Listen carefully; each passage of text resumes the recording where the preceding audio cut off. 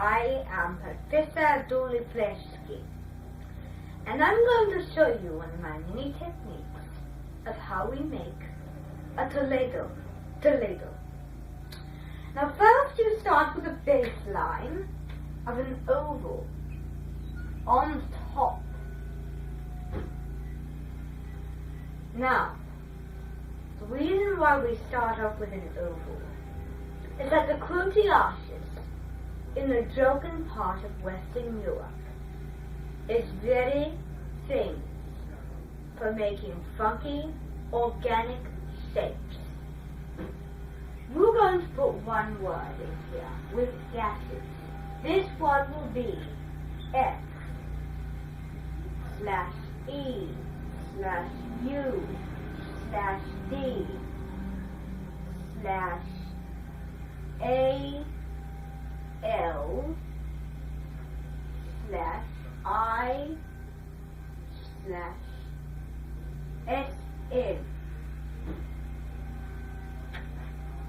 This really separates the syllables. Feudalism. Feudalism. This is representing feudalism. Now the next thing you're going to draw is dashes on each side. So you're going to draw a row down, 3 dashes, then another row down, another 3 dashes. Then over here you will do the same. And these represent tally marks. Now if you add a 5 to this,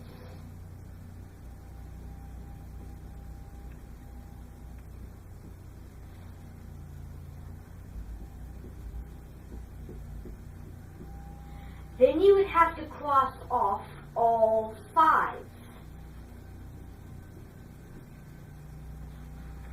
marks. And these represent the peasants. The peasants in the feudal manners and at feudal times had to work the land. And these tally marks represent the jobs they do, so they can cross off like a calendar. So this is a calendar that they can cross off all the jobs they did. So the next symbol is going to be another word.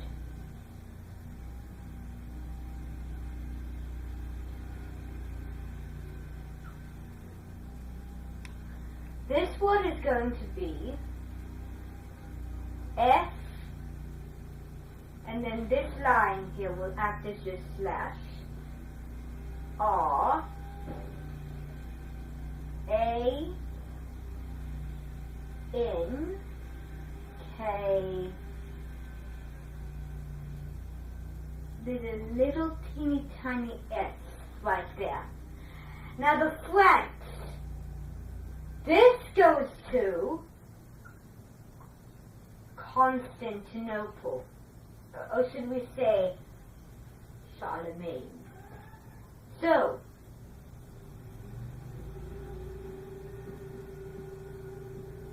Charlemagne.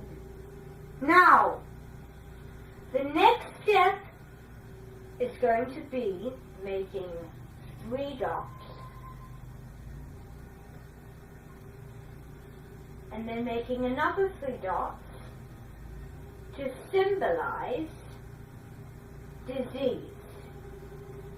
Because in medieval Europe at feudal times, what happened was they got a disease, and this disease was a very widespread disease. This is called the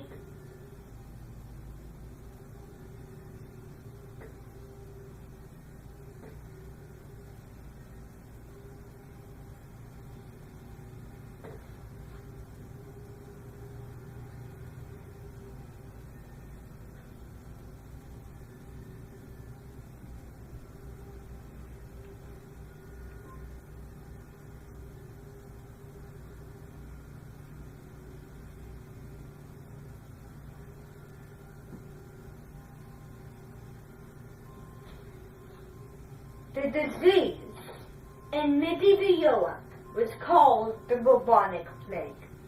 This disease was a very widespread disease. It spread throughout Western Europe, and did it went to the Middle East, probably Asia, and beyond. So this happened after the Holy Roman Empire struck. And what I mean by struck is the western half of it, meaning it is in Europe. It was a very big empire, had collapsed in 476 CE. So 400, and then 1, 2, 3, 4, 5, 6, 7, 6. Then CE would be center stage. So I made a little bit of a formula here. Now this formula is a very accurate formula, more accurate than other formulas. And it is going to be a masterful formula that no one has ever seen. Let me show you how this works again so far. So here we have the Holy Roman Empire ended in 476 CE. Feudalism started, the disease broke out, and the, I want to say, the High Middle Ages began, where all the diseases were occurring. Now, the early Middle Ages is when the empire struck down. The High Middle Ages is when the disease broke out. Then we got down here, we're going to go down here, where we're going to spell the word R-E-N-A-I-S-S-A-N-C-E, Renaissance. Now this is like a timeline, except in a more creative way, timeline way. Now, Renaissance, it is the rebirth of European culture. So when the Roman Empire struck down in 476, all these things broke out, and then it got enlightened. All the European, the classical culture, rebirth of classical culture, the Renaissance was. The classical culture happened again. It enlightened. It happened again. But it was even better than the classical period. Now, Europe has 3 periods. It has the C period, the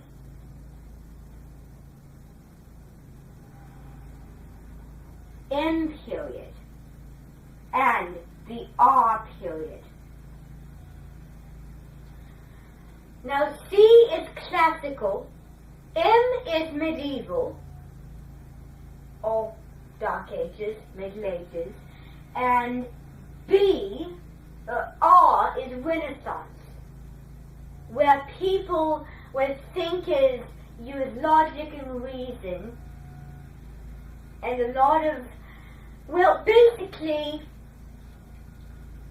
it's the rebirth of art and learning. So people had a lot of learning and classical art during the Renaissance. Now, a lot of Renaissance people had a very famous knack called humanism. Humanism reflected people, reflected the fresh insight of people. Because a lot of the artists specialized in the worth of an individual. individualism, paying homage and considering others' achievements. So it's a philosophy that really talked about the human body and how valuable that human is necessarily. So then, the final strikedown is the Enlightenment. The Renaissance was a reawakening. The Enlightenment continued. It was after the Renaissance, and it added to all that knowledge. Now, the Enlightenment